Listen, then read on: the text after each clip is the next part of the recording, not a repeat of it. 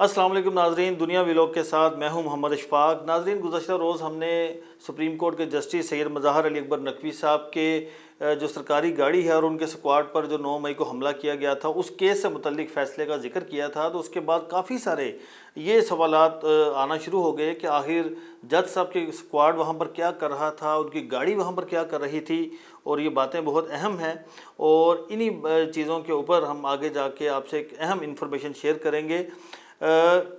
देखना यह है कि सुप्रीम कोर्ट के जज जस्टिस सैयद मज़ाहर अली अकबर नकवी साहब 9 मई को वो कहाँ पर थे, और 9 मई को सुप्रीम कोर्ट के जज जस्टिस मज़ाहर अली अकबर नकवी साहब का जो स्क्वाड है और सरकारी गाड़ी है वो जिना हाउस के करीब एन उस वक़्त क्यों गुजरी जब जिना हाउस पर हमला किया गया था, क्योंकि पूरे मुल्क को ये बात पता चल चुकी थी कि इस तरह से तहरीक इंसाफ के कारकुनान मुश्तिल हो चुके हैं। तो इसके बावजूद वो स्क्वाड वहाँ पर क्या कर रहा था, उनकी सरकारी गाड़ी वहाँ पर क्या कर रही थी और कितनी मरतबा ये स्क्वाड वहाँ से गुजरा, ये भी इंफॉर्मेशन आपसे शेयर करेंगे। और तीसरी अहम बात यह है कि 9 मई का सुप्रीम कोर्ट 9 मई का अरशद शरीफ केस से क्या ताल्लुक़ है, इन तमाम चीज़ों पर हम आगे जाकर डिस्कस करेंगे और आपसे मुसद्दक़ा जो इस हवाले से इंफॉर्मेशन है वो आपसे शेयर करेंगे। तो नाज़रीन, हुआ ये कि सुप्रीम कोर्ट के जज जस्टिस सैयद मज़ाहर अली अकबर नकवी साहब 8 मई को सुप्रीम कोर्ट में मौजूद थे और वहाँ पर वो अपने फ़राइज़ अदा कर रहे थे, केसेस की समाअत कर रहे थे। तो 8 मई को रात को उन्होंने chief justice Pakistan justice Umar Ata Bandial से उनको एक पैगाम भिजवाया और ये उनसे दरख्वास्त की कि मुझे 9 मई के लिए एक थोड़ा सा मुझे छुट्टी चाहिए और मुझे लाहौर जाना है। ये भी आगे जाके आपसे इन्फॉर्मेशन शेयर करेंगे कि जज साहब लाहौर क्यों आना चाह रहे थे। तो chief justice Pakistan justice Umar Ata Bandial आमतौर पर आप जानते हैं तहम्मुल मिजाज शख्सियत के मालिक हैं और वो इस तरह से छुट्टी के हवाले से या इन चीज़ों के हवाले से वो इतना ज़्यादा ज़ोर नहीं देते कि, लेकिन उन्होंने हैरानकुन तौर पर जज साहब की ये जो दरख्वास्त थी ये मुस्तरद कर दी और उनसे ये दरख्वास्त की कि आप 9 मई को सुप्रीम कोर्ट में ही रहें।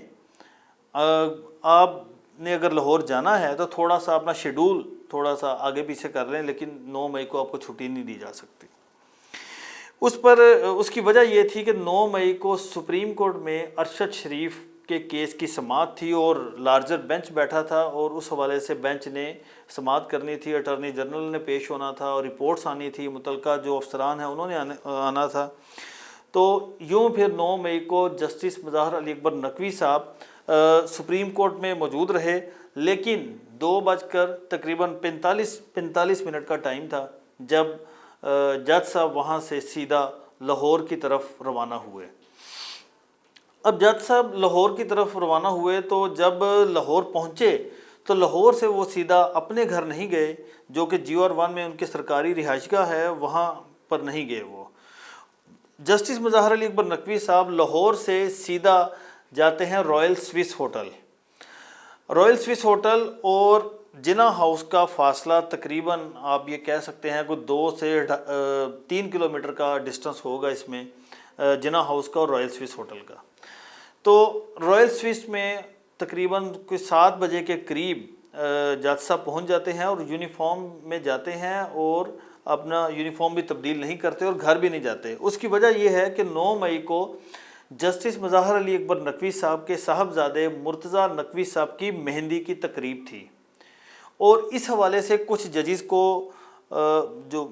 मदऊ इसलिए नहीं किया गया था कि क्योंकि ये उनका फैमिली फंक्शन था। अलबत्ता जो करीबी जो उनके 2 अहबाब थे वो उस फंक्शन में शरीक थे। लेकिन इससे पहले हुआ ये, जब जज साहब तो वहाँ पर पहुँच गए और 7 बजे वो मुर्तज़ा नकवी साहब की जो मेहंदी की तकरीब थी वहाँ पर उन्होंने शिरकत की। और उससे पहले जस्टिस मज़ाहर अली अकबर नकवी साहब का जो स्क्वाड है वो सरकारी गाड़ी लेकर जिना हाउस से होते हुए रॉयल स्विस होटल की तरफ वो इसलिए जाते हैं क्योंकि तहरीक इंसाफ के कारकुनान मुश्तिल हो चुके थे, जगह जगह रास्ते बंद थे, पथराव हो रहा था। तो उस पर फिर فیصلہ یہ کیا گیا کہ جو مہمان، کیونکہ جج صاحب کا جو بیک گراؤنڈ ہے وہ گجرانوالہ سے ان کا تعلق ہے، تو جو عزیز و اقارب ان کے گھر آئے ہوئے تھے انہوں نے رائل سوئس ہوٹل میں پہنچنا تھا۔ تو پہلے تو جو گاڑی، پہلے ان کی جو سرکاری گاڑی تھی وہ اکیلی مہمانوں کو ڈراپ کرتی رہی، لیکن جب حالات کشیدہ ہوئے تو فیصلہ یہ کیا گیا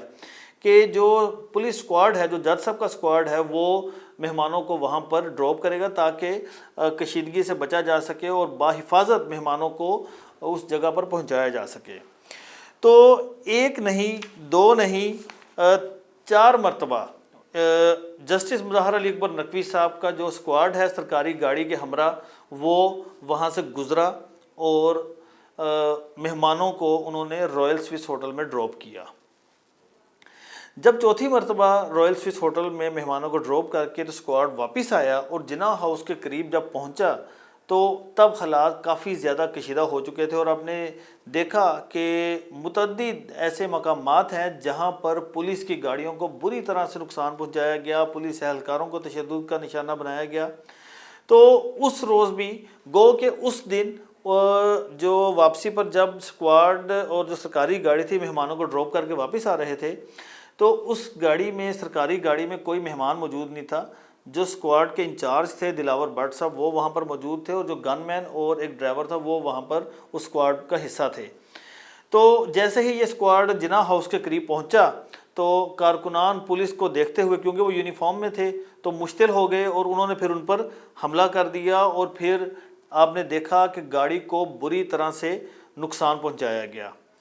جب گاڑی کو نقصان پہنچایا گیا تو کارکنان نے پھر اپنی جان بچانے کے لیے پیٹرول پمپ پر گئے اور وہاں پر انہوں نے یونیفارم تبدیل کیا، یہ کل میں ذکر کر چکا ہوں۔ تو اس کے بعد اس گاڑی کو جلا دیا گیا۔ اب حیران کن طور پر جو اس مقدمے میں جو ملزمہ ہے روبینہ جمیل صاحبہ، وہ سابق کور کمانڈر کی اہلیہ اور سابق MNA ہیں۔ تو 5 ملزمان اس مقدمے میں گرفتار کیے جاتے ہیں۔ 4 ملزمان جن کی شناخت نہیں ہوتی اور ان کی ضمانت منظور ہو جاتی ہے، اور جو روبینہ جمیل صاحبہ ہیں ان کو شناخت پیریڈ پر جب جیل منتقل کیا جاتا ہے تو مقدمے کے مدعی